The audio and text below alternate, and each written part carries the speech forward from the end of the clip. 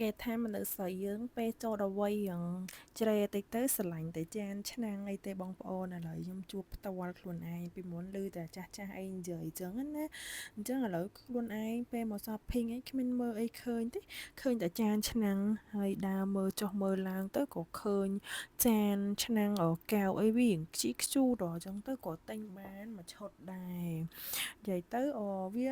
អត់ទិញអត់បានណាបងប្អូននិយាយទៅអត់ទៅឃើញយ៉ាងហោចណាស់ក៏បានមួយឬក៏ពីរដែរបងប្អូនណាដូចខ្ញុំអត់គាត់ទៅទិញអីហើយឆ្លៀតថត3 4 5ប៉ុស្តិ៍